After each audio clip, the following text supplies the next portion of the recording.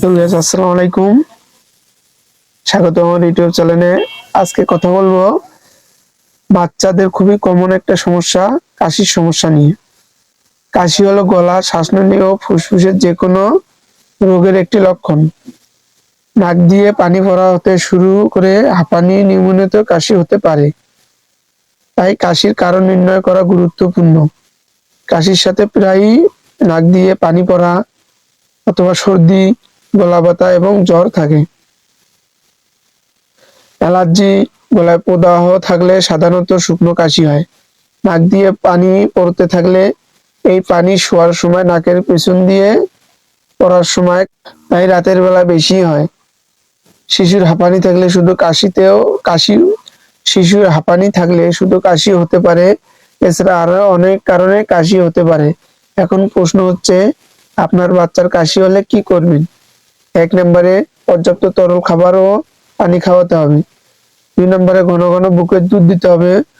3 নম্বরে হচ্ছে মধু ও সমপরিমাণ লেবুর রস মিশিয়ে বাচ্চাকে খাওয়ালে এতে কাশি কম হয়।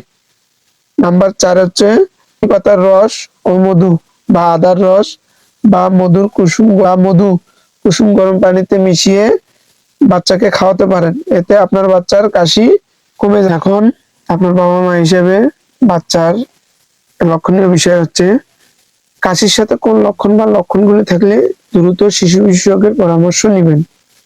আপনার বাচ্চার কাশির সাথে কোন লক্ষণ বা লক্ষণগুলি থাকলে দ্রুত শিশু বিশেষজ্ঞের পরামর্শ নেবেন।